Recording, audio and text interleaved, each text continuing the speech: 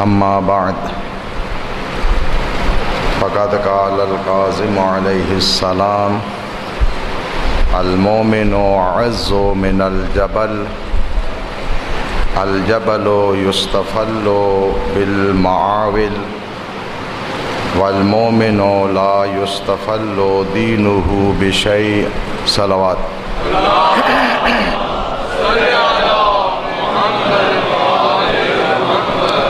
سب سے پہلے بارگاہ نبوی میں اور بارگاہ ولوی میں بالخصوص ناموس الدار امام زمان عجل اللہ فرجہ الشریف کی بارگاہ میں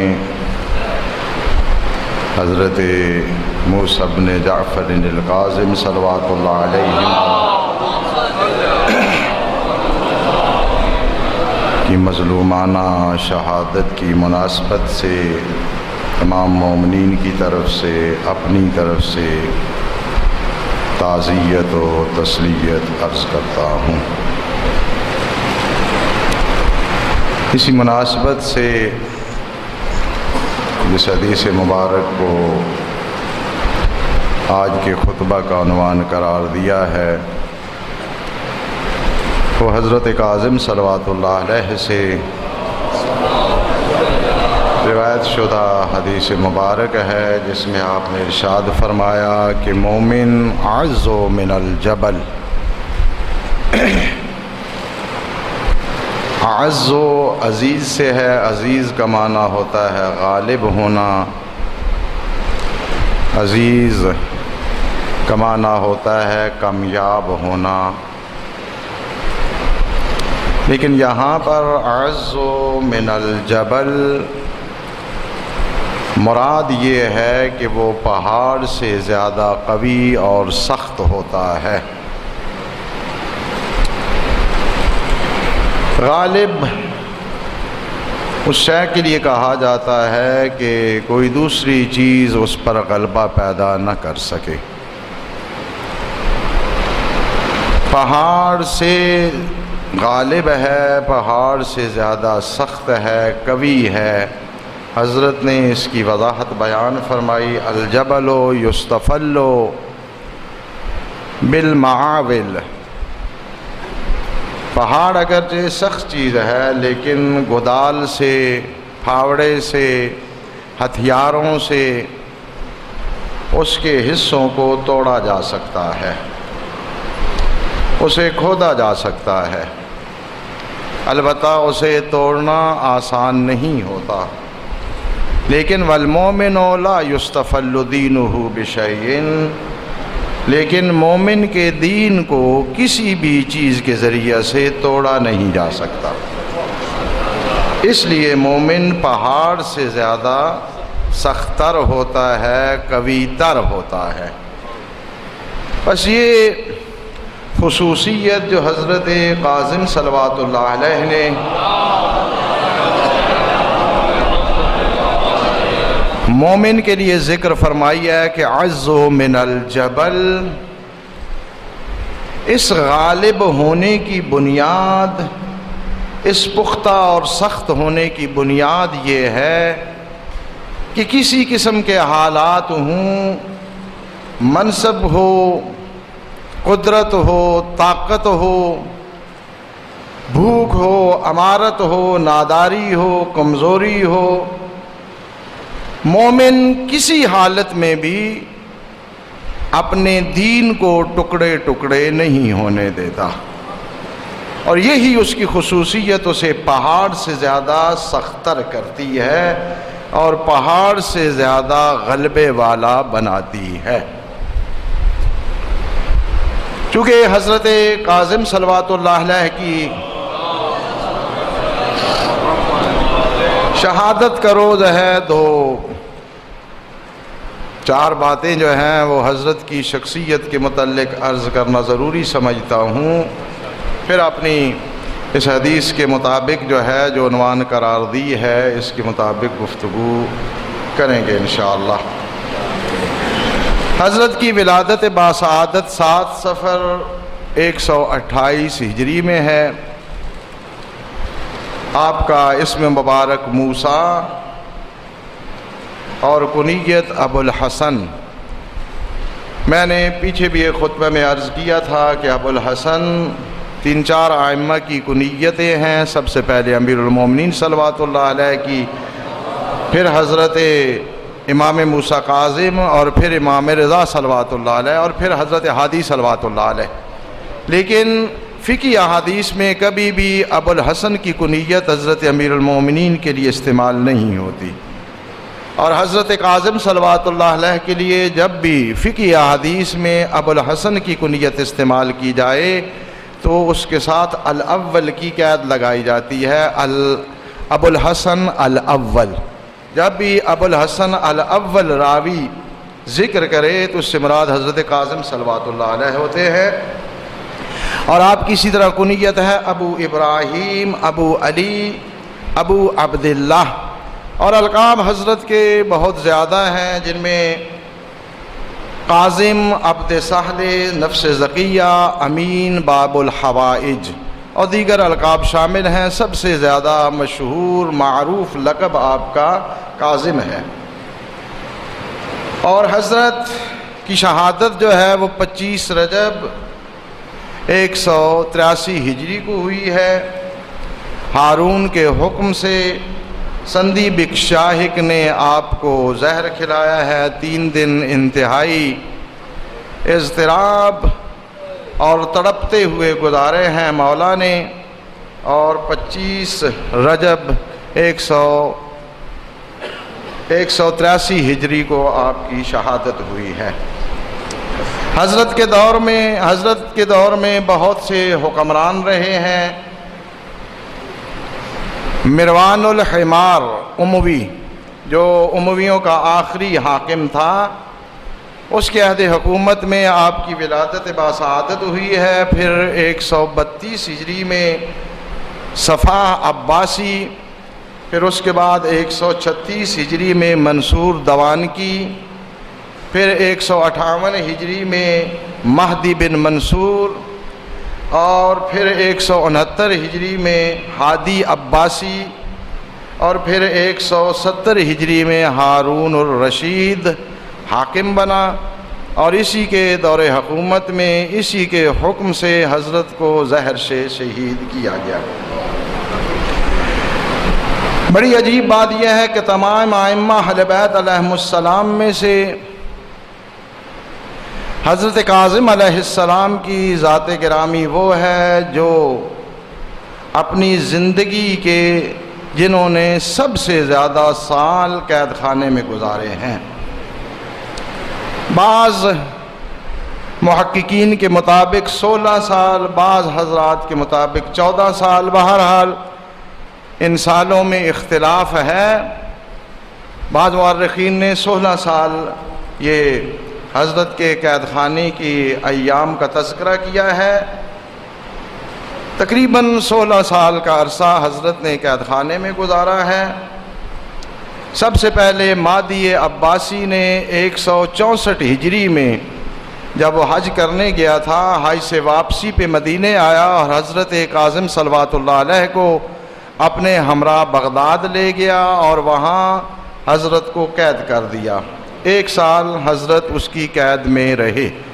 تو اس 164 ہجری سے لے کر پھر 183 ہجری تک متعدد مواقع پر اور متعدد سالوں میں حضرت کو قید و بند کی صحبتیں برداشت کرنا پڑی، اور آخری حضرت کی گرفتاری 20 شوال 189 ہجری کو ہوئی، اور یہ بڑی گرفتاری جو ہے وہ سرکار دو عالم کی نسبت ہتک آمیز اور اہانت آمیز تھی، کیونکہ حضرت اس وقت روضہ رسول میں صلی اللہ علیہ وآلہ وسلم نماز پڑھنے میں مشغول تھے۔ جو سپاہی بھیجے گئے تھے انہوں نے تقدس روضہ رسول کا بھی احترام نہیں کیا، اس کو بھی مد نظر نہیں رکھا، اپنے فوجی لباس اور اپنی فوجی جوتوں کے ساتھ حضرت کے روضہ اقدس میں داخل ہوئے ہیں. حضرت کاظم صلوات اللہ علیہ نماز میں مشغول تھے، حالت نماز میں آپ کو گرفتار کیا گیا ہے. یہ بھی شاید تاریخ اسلام کا انتہائی سیاہ کام ہے کہ ایک شخص جس سے کسی کو کسی قسم کا کوئی خطرہ نہیں ہے، عبادت خدا میں مصروف ہو اور حالت نماز میں اسے گرفتار کر لیا جائے. اتنا بھی انتظار نہ کیا جائے کہ وہ 2 رکعت یا 4 رکعت نماز تمام ہو اور اس کے بعد اس شخصیت کو گرفتار کیا جائے. اس کے باوجود حضرت کاظم صلوات اللہ علیہ نے پہلوان اہل بیت کی راہبری اور امامت کے تمام فرائض بے احسن الوجوہ نبھائے، اور اس میں کسی قسم کی کوتاہی کا انسان احتمال تک نہیں دے سکتا. جو آج کے جمعے کا موضوع ہے، میں اس کی طرف آنا چاہتا ہوں، حضرت کی سیرت سے ہی مربوط. ہر زمانے میں جو شخص بھی حق کی حمایت کرتا ہے، حق کا علم بلند کرتا ہے، حق کی دعوت دیتا ہے، تو اہل باطل اس کی مخالفت شروع کر دیتے ہیں. پھر زبان چونکہ ہر شخص کے پاس ہوتی ہے اور باطل کو اپنی دلیلیں لانے میں آسانی ہوتی ہے. یہ جو نئے فرقے بنتے ہیں اتنی آسان باتیں کرتے ہیں کہ لوگ جو ہیں وہ اش کر اٹھتے ہیں کہ جناب یہ کیسی تحقیق آ گئی ہے. وہ ایک صاحب کہہ رہے تھے العیاذ باللہ ثم العیاذ باللہ، کہ اللہ پاک فرماتا ہے کہ کنت کنزا مخفیا، کہ میں ایک چھپا ہوا خزانہ تھا. ہے چھپا ہوا خزانہ تھا، یہ حدیث قدسی کے الفاظ ہیں. اب جو ہے ایک گمراہ شخص کے ہاتھ جب یہ جملہ لگ جائے گا تو بڑی آسان سی بات انہوں نے گھڑ لی. کہا بھائی چھپنا تو کسی چیز میں ہوتا ہے نا، تو پھر اللہ کس میں چھپا ہوا تھا؟ پھر انہوں نے وضاحت فرمائی کہ یہ جناب سیدہ طاہرہ کی چادر تھی جس میں اللہ چھپا ہوا تھا. العیاذ باللہ العیاذ باللہ. یعنی ابھی صدیقہ طاہرہ کی تخلیق ہوئی ہی نہیں ہے، چادر کی پہلے ہی تخلیق ہو گئی ہے. اور جو چادروں میں چھپتا ہے وہ ائمہ اہل بیت کا معبود اور خدا نہیں ہے. بس اب لین سننے والے بھی سنتے ہیں ماشاءاللہ، نعرہ حیدری نعرہ تکبیر ہو جاتا ہے. تو یعنی جہالت اور گمراہی کے لیے بڑی آسان باتیں جو ہیں وہ تراشی جا سکتی ہیں. لیکن یہ اہل باطل کا ہمیشہ سے وتیرہ رہا ہے کہ وہ اہل حق کے لیے کچھ ایسے قواعد، ایسے قوانین گھڑتے ہیں. قاعدہ قانون چلتا ہے، وہ ہے الملک عقیم. اب تاریخ کی کتابوں کا مطالعہ کریں، کتنے ہی سلاطین وقت نے یہ جملہ ارشاد فرمایا ہے الملک عقیم، کہ حکومت بانچ ہوتی ہے. یعنی حکومت کا نہ کوئی بچہ ہوتا ہے نہ کوئی اس کا رشتہ دار ہوتا ہے. اور یہ جملہ کتنے ہی ظالم جابر حکمرانوں نے استعمال کیا ہے. بڑے سے بڑا ظلم کر کے بھائی بھائی کو قتل کرتا تھا، لاش کو دے کے کہتا تھا ہے تو میرا بھائی، لیکن کیا کروں حکومت بانچ ہوتی ہے. الملک عقیم. اہل بیت علیہ السلام پہ ظلم کرتے تھے، اعتراف کرتے تھے ان کی فضیلت کا، ان کے تقوی کا، ان کے منصوص من اللہ اور حجج الہی ہونے کا اعتراف کرتے تھے. ظلم کرنے کے بعد کہتے تھے کہ ہیں تو یہ فضیلت والے، لیکن کیا کریں الملک عقیم، حکومت بانچ ہوتی ہے، یہ کسی کو نہیں پہچانتی. یہ ہمارے اقتدار میں بھی یہی ہوتا ہے، یا مساجد کے اقتدار، تاریخوں کے اقتدار، کمیٹیوں کے، تنظیموں کے.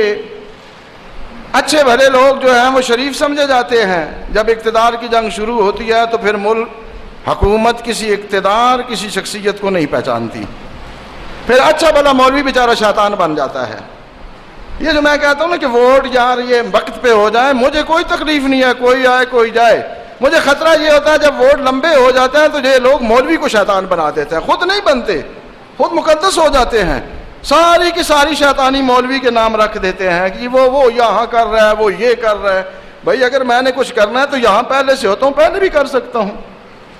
تو میں اس لیے ڈرتا ہوں کہ پھر یار یہ ووٹ آ رہے ہیں اگلے 6 مہینے 10 سال 6 مہینے 9 مہینے 6 سال، پھر مجھے یہ شیطان نہ بناتے رہے، کیونکہ یہ تو خود بڑے مقدس لوگ ہوتے ہیں نا، انہیں تو کوئی خراب کام نہیں کرنا ہوتا، ساری خرابیاں مولوی کی ہوتی ہیں. تو یہ شیطانیت سے ڈرتے ہوئے میں کہتا ہوں کہ یار اپنے وقت پہ کام کرو. میں 2-3 دفعہ شیطان بن چکا ہوں، اب مجھے معاف رکھنا. اس معاشرے میں بہت سے اور بھی لوگ ہیں، کسی اور کو 6 دن کے لیے شیطان بنا لو، مجھے معاف کر دو، میں بہت ٹیکس دے چکا ہوں. تو الملک عقیم، مامون ہارون رشید کا بیٹا. ہارون مکہ سے حج کر کے مدینہ میں تشریف لاتا ہے. مدینے میں جیسے کہ عربوں کی رسم ہے کہ کوئی سلطان آتا ہے، قبیلے کا بڑا آتا ہے، تو قبائل کے سردار اور عام لوگ جو ہیں اسے ملنے کے لیے آتے ہیں. بازدید کہتے ہیں اجمی لوگ، دید کے لیے آتے ہیں، پھر بازدید کے لیے. تو لوگ آ جا رہے ہیں، اس کا خیمہ لگا ہوا ہے. ایک دن حضرت موسیٰ کاظم صلوات اللہ علیہ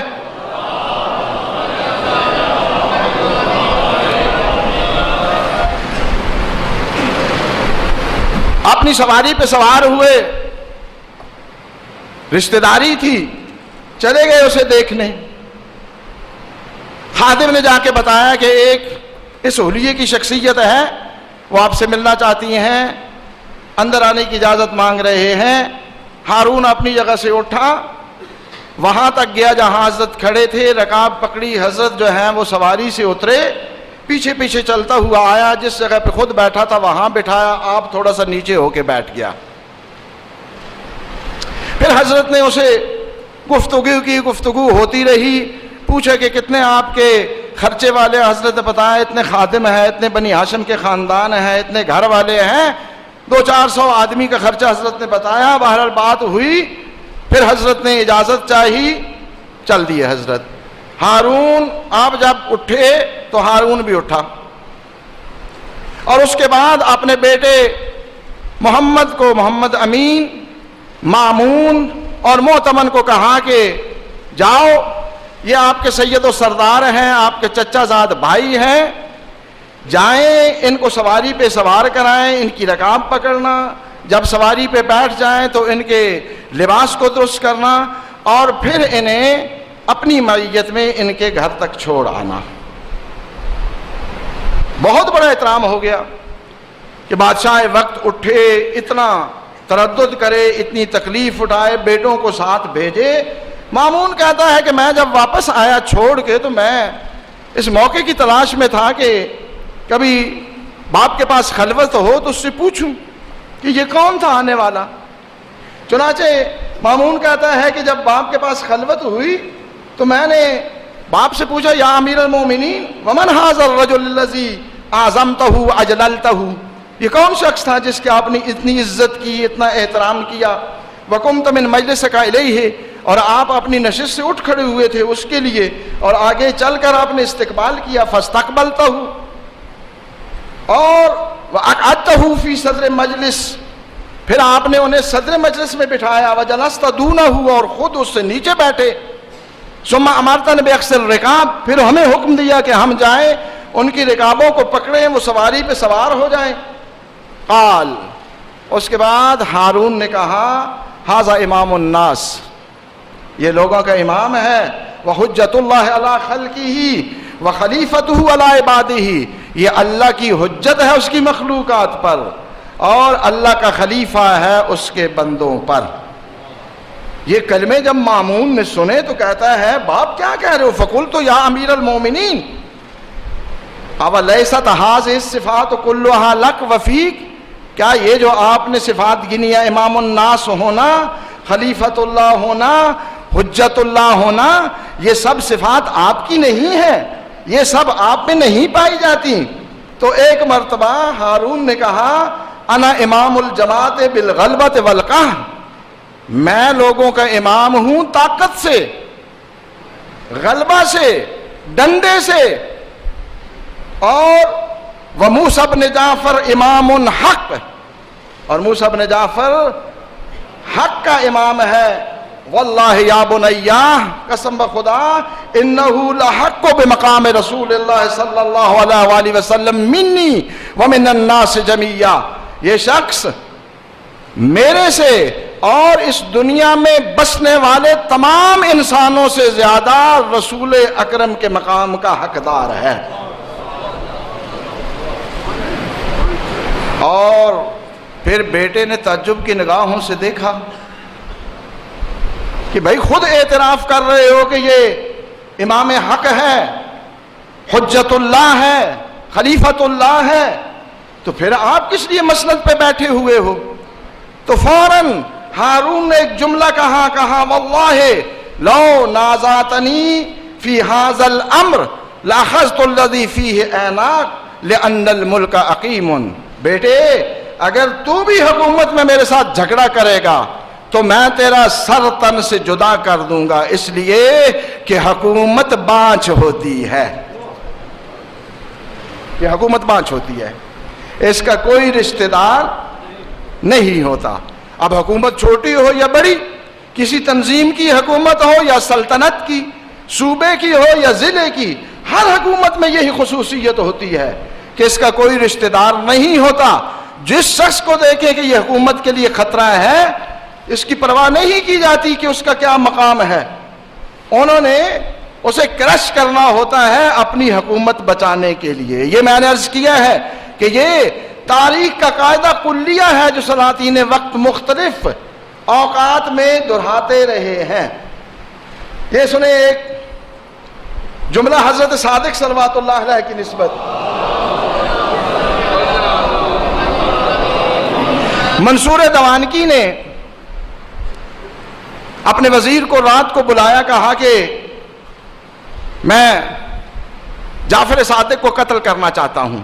جلاد کو حکم دیا کہ آپ تلوار لے کے کھڑے ہو جائیں، جب آئیں گے جعفر صادق تو میں سر سے ٹوپی اٹھاؤں تو آپ فوراً جو ہے وہ وار کر دینا، قتل کر دینا۔ اس منصوبے کے تحت وزیر کو بلایا، وزیر نے وزیر سے کہا کہ جعفر صادق کو بلا کے لاؤ اسی وقت۔ وہ وزیر نے کہا کہ کیا کرنا چاہتے ہو؟ کہا اس لیے کہ میں نے قتل کا منصوبہ بنا لیا، میں قتل کرنا چاہتا ہوں۔ وزیر نے کہا کہ وہ ایک ایسی شخصیت ہے جس کا دنیا سے کوئی تعلق نہیں ہے، وہ تو صرف عبادت الہی میں مصروف ہے، لا یضرک کا تجھے کوئی نقصان نہیں دے رہے۔ تو اس کے بعد منصور دوانکی کہتا ہے قال المنصور انک تقول بامامتہ، تو اس کی امامت کا قائل ہے، مجھے پتہ ہے۔